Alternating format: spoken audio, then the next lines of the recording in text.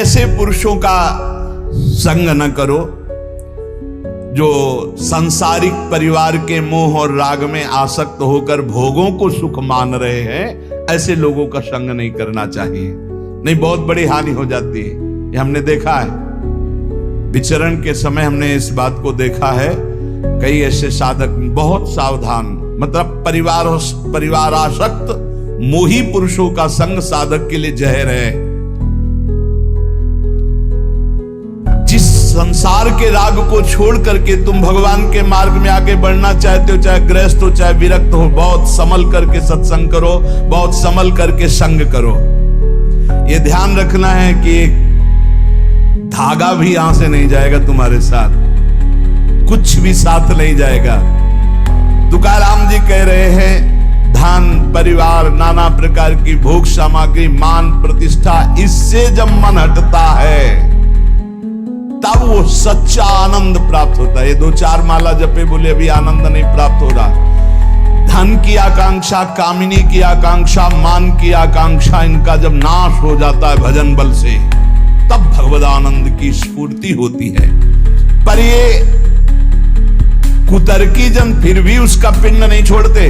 कंचन कामिनी कीर्ति पर विजय प्राप्त किए हुए महापुरुष को भी कुतर्की जन उस समय भी उसका पिंड नहीं छोड़ते। तुकाराम जी कह रहे हैं भगवान को प्रसन्न करने के लिए हर समय कीर्तन में, हर समय नाम जप में, हर समय अपने कर्तव्य में। पर ये तर्क कुतर्की लोग अपने आप उनके पास आते हैं, कुतर्क करके शंका उठाते हैं और भारी भजन में विघ्न पैदा करते हैं, भारी भजन में विघ्न पैदा करते हैं। कुतर्की लोग तर्क वितर्क करके ये नाना प्रकार के शुष्क तर्क विवाद करने वाले अहंकारी लोग भजन का विरोध करते हैं। अरे कैसा कैसा कष्ट। एक जगह तुकाराम जी महाराज कीर्तन में मस्त, तो एक कीर्तन में आया करते थे, उनके मित्र नास्तिक थे। उनसे कहा एक बार आप तुकाराम जी के कीर्तन में चलिए और अगर आपको भगवदानंद ना आवे तो फिर आप जैसे भगवान की निंदा करते रहते हो, हम आपको कभी नहीं रोकेंगे, आप हमारे दोस्त हो, एक बार चलो। जो ही गए तो तुकाराम जी की वो झांकी देखकर आंखों से अश्रु प्रवाह और नूपुरों की ध्वनि राम कृष्ण हरि राम कृष्ण, वो तो लौट गया चरणों में। अब रोज कीर्तन में, अब कीर्तन के बाद थोड़ी देर सत्संग होता, अब उसमें ब्रह्मचर्य आदि की महिमा वो अपनी पत्नी से बोलना बंद कर दिया। जैसे काफी समय हुआ तो उसको पता चला कि ये कीर्तन में तुकाराम जी के पास जाते इसलिए बोलना, तो बोले मेरी जिंदगी का नाश करने वाला, हाथ जोड़ करके पति से कहा आपका तो उद्धार हो गया, मेरा उद्धार कैसे होगा? बोले चलो चलते हैं आज कीर्तन में। बोले नहीं, पहला कदम अपने गुरुदेव को घर में लाओ, एक बार चरणामृत उतारें, घर में चरणामृत डालें, फिर भगवान मेरी ये पत्नी को कैसे, जैसे मेरी बुद्धि शुद्ध हो गई, इसे बड़ा प्रसन्न हुआ।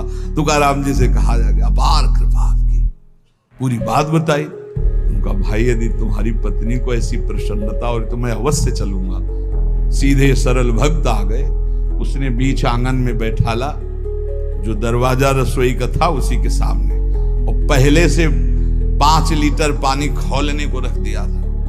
घंटों पानी खौल रहा है, उसमें डालती जा रही है। जब तुकाराम जी बैठ गए, आई सामने प्रणाम किया, देखा ये वही है जिसने मेरे पति को बरगला दिया और जब से इसके पास गए आज तक मुझसे बात नहीं, आज मैं मजा चखाऊंगी। और बस कपड़ा से पकड़ भगोना लाई, ऊपर तुकाराम खौलता हुआ पानी, विठ्ठल विठ्ठल पांडुरंगा पांडुरंगा, सब छाले छाले पूरा शरीर, गर्म पानी इतना। ऐसे थोड़ी संतों के जीवन में तुम्हें कैसे कैसे कष्ट बताए। जो भगवान का यश विस्तार करते हैं उनके लिए, जो अपने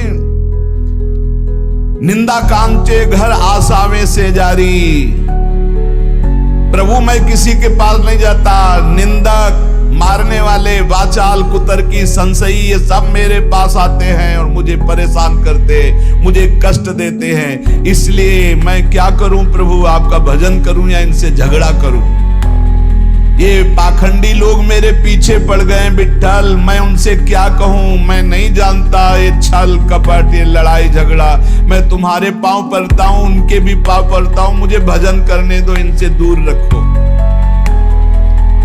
नको दुष्टो संग पड़े भजना मधि भंग, तुक निषेधिता मद न साहे सर्वथा। एका माध्या जी में बाद करूं कोणान सवे, तुझे वर्णुम गुण की है राखो दुष्ट जन। काय करूं एका मुखे सांगम महणे तुका।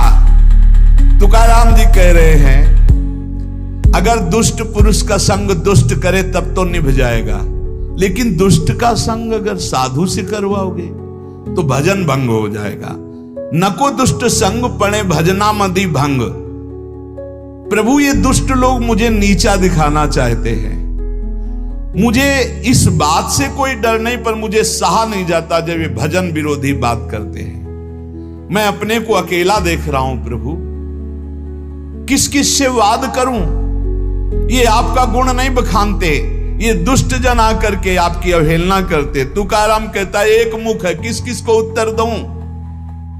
इसलिए दुष्ट जनों का संग जब प्राप्त हो तो मौन ही सबसे उत्तम है, और भगवान को पुकारना, पुकार करके अलग रहना। और ये प्राप्त होगा जब आपका अच्छा भजन चलने लगेगा तो दुष्ट लोग पीछे लग जाएंगे। ये भगवान का ऐसा है। देखो जिसका भी उत्तम भजन हुआ उनके साथ ये घटना घटती है। उपासक को अनुपम आनंद की प्राप्ति एकांत लाभ से होती है, पर केवल एकांत में बैठे रहना एकांत लाभ नहीं है। एकांत लाभ का मतलब समाधि। चाहे सबके बीच में बैठा भी हो, अपनी बुद्धि को परमात्मा में निरंतर लगाना। परमात्मा में लगाने के 4 रूप हैं, नाम धाम लीला रूप।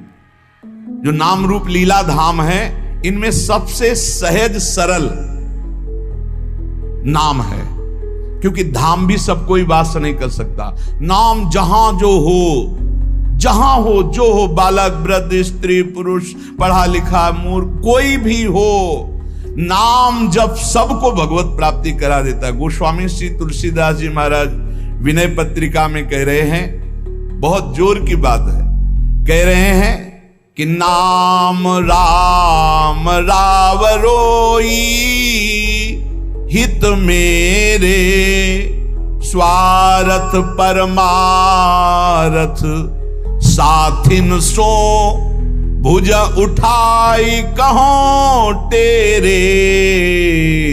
नाम राम राव रोई हित मेरे।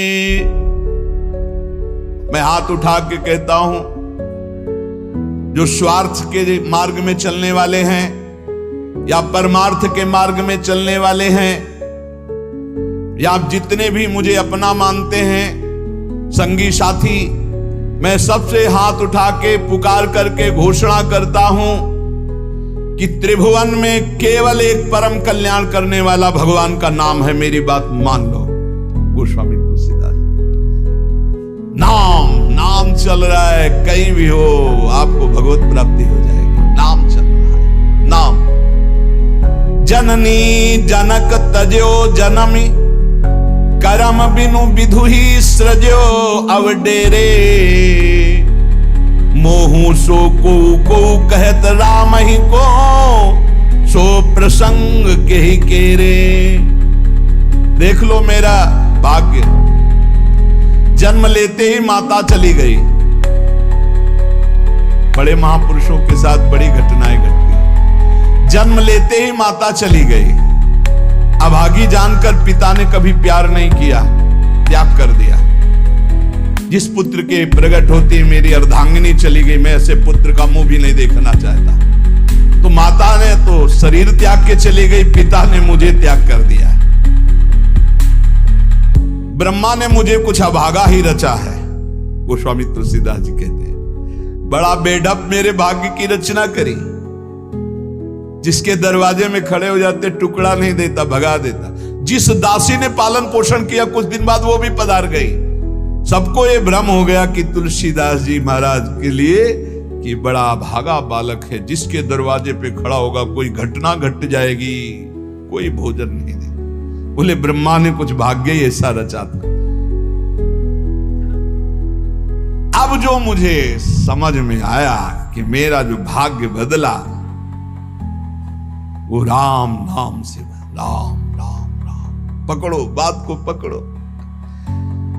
अब तो कोई कोई कहता है कि तुलसी राम का है, अब अभाग्य मिट गया। बड़े बड़े बादशाह ताज उतार कर रखते हैं, जानते हुए सब क्यों हो रहा है? क्योंकि हमने राम नाम का आश्रय ले लिया। अब खूब राम राम राम राम जपता हूं, उसका परिणाम हुआ कि सब कोई सम्मान देता है, सब ताज उतार के रख रहे हैं, प्रणाम नमस्कार दुनिया वाह वाह। क्यों? क्योंकि राम राम जपता हूं, राम का हूं, इसलिए। बात समझो। अगर पकड़ पाओ कह रहे हाथ उठा के कह रहा हूं, जन्म से अभागा कहा गया, मां पधार गई, पिता त्याग दिया। संसार के लोग कहते अभागा है, लेकिन राम नाम का प्रताप ऐसा उदय हुआ। मोहू से को कहत राम ही को सो प्रसंग कह के रे। उसी नाम के बल से लोग अब कहने लगे तुलसी तो राम का है। फिर ओ ललाट बिनु नाम उदर लगी, दुखो दुखित मोहि हेरे। जब मैं राम नाम का आश्रय नहीं लिए था, तब पेट भरने के लिए द्वार द्वार पर ललचा कर भूख से व्याकुल होकर खड़ा होता। उस समय मेरी दशा मुझे याद है कि अगर दुख देखे तो दुखी हो जाए, ऐसी मेरी दशा थी। बालक अवस्था, भूख से व्याकुल, दूसरे के दरवाजे पे खड़ा और धक्का मार के लोग भगा देते, अभागी है। फिर ओ ललाट बिनु नाम उदर लगी, दुखो दुखित मोहि हेरे। अब बोले नाम प्रसाद लहत रसाल फल, अब हो बबूर बहेरे। नाम राम राव रोई हित मेरे। जब नाम जब शुरू हुआ तो नाम की कृपा से क्या हुआ कि बबूल और बहेड़े के जो वृक्ष थे अब उनमें आम लग गया। मान लो मेरा जीवन बबूल का पेड़ था, बहेड़े का पेड़ अपवित्र माना, लेकिन उसमें आम लग सकता है, लेकिन लग गया क्योंकि मेरा जीवन ऐसा था। आज परमानंद की बाढ़ आ रही। बोले वे किसके बल से? बोले राम राम राम नाम के बल से आई। नाम प्रसाद लहत रसाल फल, रसाल माने आम का फल, अब हो बबूर बहेरे। पहले तो मैं कैसा था? बोले बबूल का पेड़, काटा ही उगेगा, दुख ही मिलेगा। जब नाम का जप शुरू किया तो उसी बबूल में रसाल लग गया, आम का फल अर्थात महान आनंद। साधक साधु लोक परलोक ही, सुनि गुनि जतन घनेरे। तुलसी के अवलंब नाम को एक गांठ कई फेरे। नाम राम राव रोई हित मेरे। संत जनों ने, शास्त्रों ने जब कहा कि जीव के समस्त दुखों को मिटाने में समर्थ है नाम, बस उसके अनुसार हमने पकड़ लिया, नाम जप करना शुरू कर दिया। उनकी बात मान करके जब नाम जप किया तो लोक परलोक सब बन गया। हरिवंश महाप्रभु के ई परलोक सकल सुख पावत, मेरी सो भैया कृष्ण गुण संत। इस लोक और परलोक में समस्त सुख आपका वर्ण कर लेंगे, मेरी बात मान लो। मेरी कसम है तुम्हें, तुम नाम जप शुरू कर दो। अगर दुख से निपटना चाहते हो, तभी लोग कहते हैं बाबा का हर प्रश्न का उत्तर नाम होता है। इसलिए नाम है कि एकमात्र समर्थ नाम है जो सारे पापों को मिटा दे। पापों से ही दुख मिलता है।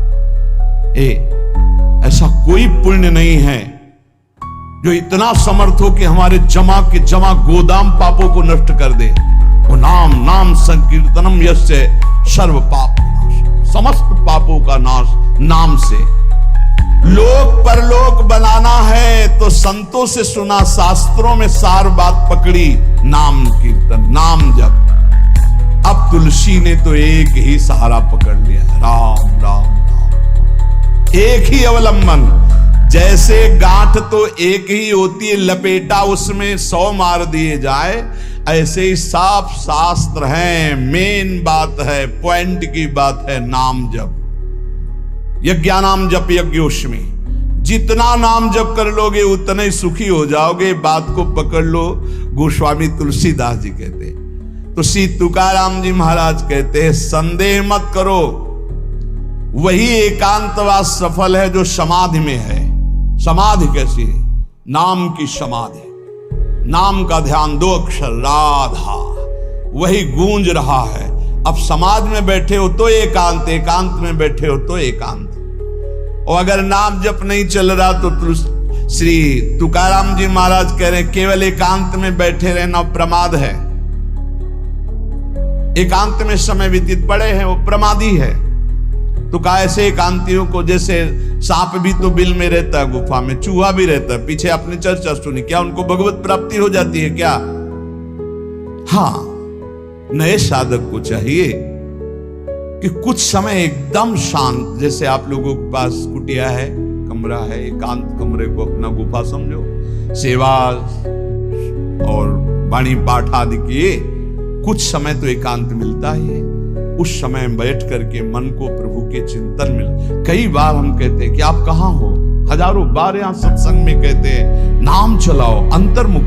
जब हम सेवा में लगे हैं तो नाम चिंतन चल रहा है, जब सेवा से विलग है तो एकदम समाधिस्थ है, एकदम आनंद, नाम चल रहा जी। ठाड़े बैठे बड़े उताना, कबीर काए हम राय ठिकाना, चिंतन ही हमारे जीवन का सार है, इतनी बात समझ लो। अगर आपका चिंतन नहीं चल रहा, हम कोई महत्व नहीं रखते, इन सब बाहरी बातों का महत्व नहीं रखते, ध्यान रखना। खास बात है आपका चिंतन क्या चल रहा है। हमारे हृदय को प्रसन्न करने वाली सबसे बड़ी सेवा है आपका चिंतन। अचानक दृष्टि आपके चेहरे में पहुंचे और आपकी नेत्र दिखाई दे रहे अंतर्मुखता में, एक हृदय में शीतलता रहती है, हाँ काम हो गया। अगर साधक ऐसे चलेगा तो बहुत जल्दी काम हो। मुख बरनत हरिवंश, चित्त नाम हरिवंश रति, मन सुमिरन हरिवंश, यह जो कृपा हरिवंश। एक क्षण का भी, जैसे हम चर्चा कर रहे हैं तो भगवत चर्चा, और एकांतिक कर रहे हैं तो भगवत प्रश्नोत्तर, उस समय भी किसी के भी एक चेहरे को लक्ष्य बना लेते हैं। वो समझता है हमको बहुत प्यार करके देख रहे, नहीं, हम उस समय नाम लिखते हैं, नाम लिख करके वार्ता करते जा रहे हैं, बराबर दृष्टि उसके जमाए हुए हैं, वो समझ रहा है हमारी तरफ देख रहे हैं, हम बिल्कुल नहीं पहचानते ही नहीं कौन होगा, हम तो बोर्ड मिल गया, अच्छा उसमें नाम लिख रहे हैं, अपनी वार्ता कर रहे हैं। साधु हर समय सावधान सो, साधु नहीं साधु काहेगा, सेवा सुमिरन सावधान। इसलिए हम माइक से गरज के कह रहे हैं कि हम कभी भी किसी से पूछ सकते कहां हो, पक्का समझ लो। हमारा कोई व्यवहार नहीं है, हमारा कोई प्रिय नहीं, हमारा सबसे प्रिय वही है जो भजन करता है, जो सुमिरन करता है। अचानक दृष्टि पड़ी, आपसे पूछा कहां हो जी, अच्छा ठीक है, हृदय शीतल हो जाएगा। अगर सुमिरन नहीं तो फिर हमको आप अगर सेवा शब्द से प्रभावित हो तो सेवा है आज्ञा, आज्ञा समन सुसाहिब सेवा। अब जो ही कहा करें हम सोई आयस ले चलें, सेवा की आड़ में अपनी चित्त वृत्ति का मनोरंजन मत कीजिए, मनोभंजन करना है, हर समय भगवत चिंतन परायण रहना है। अगर भगवत चिंतन नहीं तो आपका कोई अस्तित्व, देखो ये बड़ी दौड़ है, छोटी मोटी दौड़ नहीं है, ये बहुत बड़ी दौड़ है। आपको संसार समुद्र से अकेले पार होने की बात नहीं, तुम साधु हो, तुम लाखों को पार कर सकते हो, समझना। मान लो अगर आप भगवत प्राप्त हो गए तो लाखों को अपनी कृपा रूपी नौका में बैठाल कर संसार समुद्र से पार करोगे। साधु अपने लिए भजन नहीं करता, हाँ इस जगत के लिए भजन करता है। सर्वे भवन्तु सुखिनः, सर्वे सन्तु निरामया। श्री तुकाराम जी कह रहे हैं एकांतवास लाभ उसी का जिसका चिंतन चलता है। भाई इस बात पर बहुत जोर दिया भगवान श्री कृष्णचंद्र जी ने, अनन्यस चिंतयन्तो माम अनन्य चेता सततम। बार बार भगवान इस बात पर जोर दे रहे हैं। जनसंग में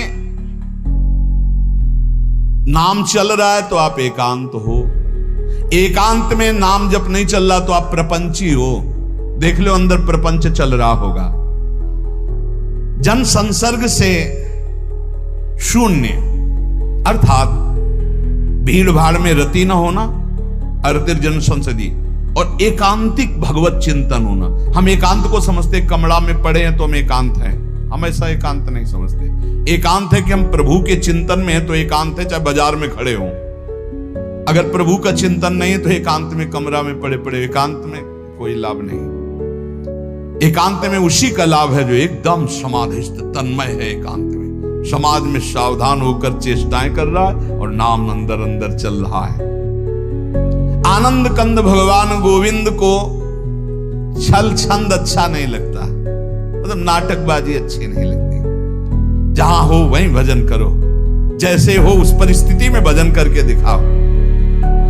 भजन की भूख जग जाए यार, यही सत्संग का लाभ है। भजन की भूख जग जाए। एकांत का तात्पर्य है प्रभु की शिवा और कुछ सुमिरन में ना, प्रभु के चिंतन में डूबना है। भाई समझो, सत्संग सुन रहे उसको पकड़ो, अपने हृदय में बार बार चलाओ। देखो ये अंदर से बात समझ लीजिए, हम उसे बहुत जी जान से प्यार करते हैं जो भजन करने वाले।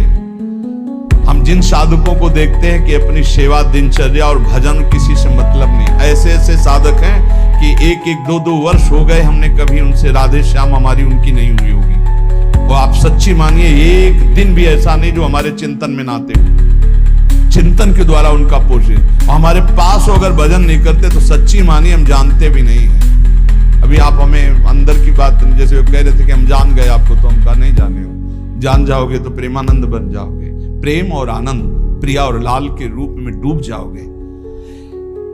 ये हमारे गोविंद आनंद कंद सच्चिदानंद प्रभु को ये छल छंद अच्छे नहीं लगते, उनको तुम छल कपट में नहीं फंसा सकते।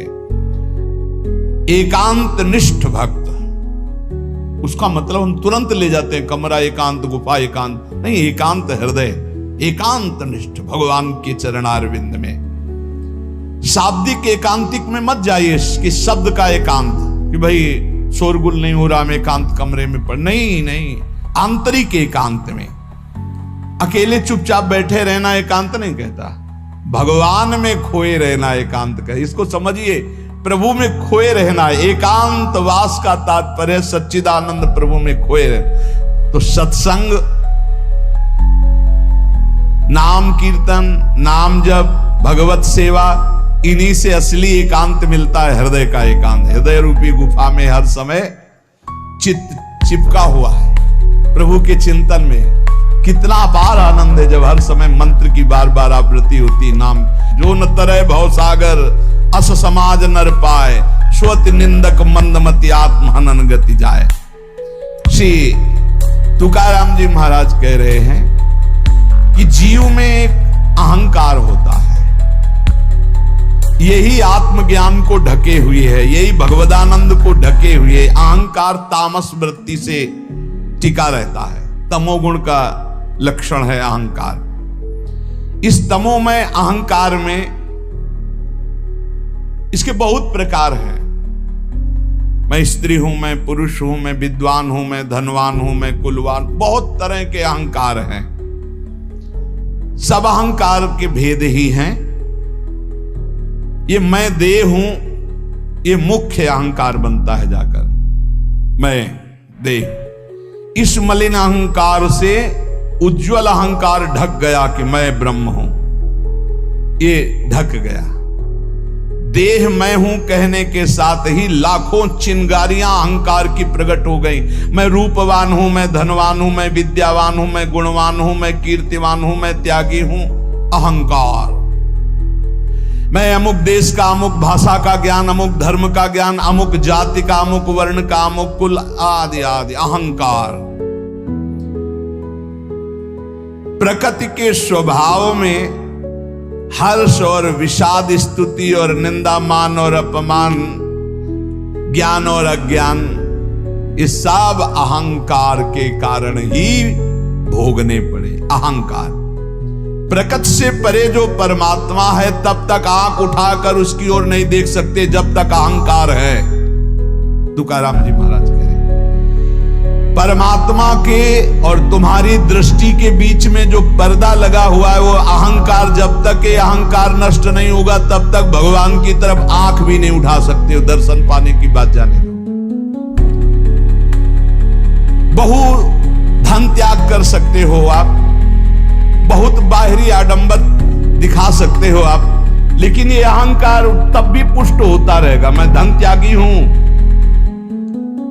तब भी आप परमात्मा का साक्षात्कार नहीं कर सकते।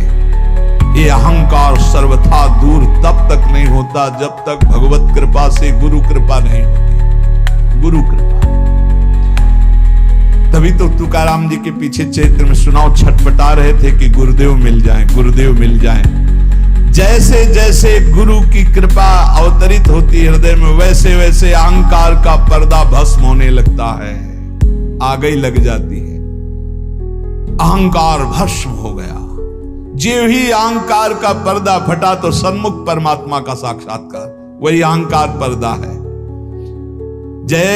जैसे कोई प्रवीण कला विद्या से युक्त हो पर आसन लगा करके अपने सामने पर्दा कर दे तो न कला दिखाई देगी, न प्रवीणता, न गुण, न वो। ऐसे ही समस्त कला समस्त विद्याओं के गुरु तुम्हारे हृदय में आसन लगा के बैठे पर अहंकार का पर्दा लगा, अहंकार हटा दो, समस्त गुण और विद्या के समुद्र भगवान का साक्षात्कार हो जाए। ये अहंकार किसी भी गुण कला विद्या से नहीं मरता है, इसको और अहंकार हो जाता है। मैं कलावान हूं, मैं विद्यावान हूं, मैं गुणवान हूं। अरे यहां तक कि मूर्खता का भी अहंकार होता है। चित्त में अहंकार को पोसते पोसते अनंत जन्म व्यतीत हो गए, अब भगवान के मार्ग में चले तो नम्रता का अहंकार हो गया। ये भी है, मैं बहुत सरल हूं। अरे कितना बोझा लदा है अहंकार का। तुम और समझो, धूर्तों को धूर्तता का भी अहंकार होता है। कल्याण के मार्ग में चलने वाले साधकों के अंदर ये अहंकार प्रकाशित होता तो देख पाते हैं, ज्ञानी लोग नहीं देख पाते हैं। ये साधकों को क्लेश देने लगता है, तब जान ले कि इसके मिटने का समय आ गया। जिसको अहंकार चुभने लगे, एक साधक रो रो के कह रहे थे कि मुझे ऐसा अहंकार है कि मैं दैन्य हूं, भगवान की विशेष कृपा मेरे ऊपर, मैं बहुत भजनानंदी हूं क्योंकि हर समय नाम जप करता रहता हूं, तो मुझे डर लगता है कि इस ऑपरेशन का कहीं कोई कठोर विधान भगवान न कर दे। उनका उसे डरना तो चाहिए क्योंकि भगवान ऑपरेशन तो बहुत अच्छा करते हैं, पक्का करते हैं, पर घटना बहुत, तो बोले मुझे डर लगता है, मैं सहन नहीं कर सकता कि अगर कोई ऐसी घटना आई तो यही अहंकार है। वो बचना चाहता है तो हम कहा डरो और भगवान से प्रार्थना करो, नहीं तो ऑपरेशन थिएटर साथ ही लिए घूमते भगवान, पता नहीं कब कहां कौन सी घटना घटा दे कि सारा अहंकार मिट्टी में मिल जाए। तुकाराम जी महाराज कहते हैं, पहले पहले जब साधक जानने लगता है कि अहंकार मेरे अंदर जागृत हो गया, तो जहां तहां सम्मान से बचने लगता है और उसकी वाणी का लोगों पर प्रभाव पड़ने लगता है। तब अहंकार उपाधि रूप धारण करने के लिए फिर आ जाता है चौड़े पे। बहुत बड़ा युद्ध है। तुकाराम जी कह रहे हैं कि जो असावधान है, चारों तरफ से चोर उसका माल चुरा ले जाते हैं। ऐसे ही अहंकार की वृत्ति साधक को असावधान कर देती है और उसका सारा भजन, भगवत भाव, सब ये काम, क्रोध, लोभ, मोह चुराने लगते हैं। अब मुझे तो डर नहीं क्योंकि मैंने बहुत बड़े बलवान का आश्रय ले लिया, पांडुरंगा। हे हरि, अब तुम संभालो अहंकार का ऑपरेशन, आप करो, आप इसको संभालो। पदोपदिम नारायणा तुमची करीन भावना। हे हरि, हे नारायण, अब तो मैंने सब तुम्हारे चरणों में अर्पित कर। ये बहुत बढ़िया बात है। आखिरी बात, अपने अहंकार को नष्ट करने के लिए भगवान के सामने पेश कर दो। हे महावैद्य, अहंकार रूपी फोड़ा बढ़ रहा है, इसको बैठाल दो या ऑपरेशन करो, बाप के सहारे हैं, आप देख लेना, वो ठीक कर देंगे। बहुत कृपालु हैं वो, कहीं ना कहीं ऐसी लीला रचेंगे कि बिल्कुल अहंकार ठीक हो जाएगा। सच्ची मानो, भक्तों के जो पैर फिसलते हैं तो कीन हो इसका बहु अभिमाना, सुख हो वंचा कृपाली धारा। भगवान उसके अहंकार का नाश करते हैं। अहंकार भगवत भाव को नष्ट करता है, भगवत भाव अहंकार को नष्ट कर देता है। बात समझना, जब अहंकार भजन करते हुए बढ़ता है तो भगवत भाव नहीं आने देता है, और जब गुरु कृपा से भगवत भाव बढ़ता है तो इस अहंकार की धज्जियां उड़ा देता है। इसलिए हम भगवदानंद की प्राप्ति के लिए कंचन, कामिनी, कीर्ति तीनों खाइयों से बचने का प्रयास भगवान के नाम बल से करें। अधिक से अधिक आंतरिक एकांतिक हृदय को देखते रहें कि प्रभु के नाम में लगा है कि नहीं, और किसी भी बात का हमारे अंदर अहंकार ना आने पावे। यदि अहंकार आवे तो भगवान की शरण में होकर पुकारें कि हे नाथ मेरे इस मलिन अहंकार का नाश कीजिए।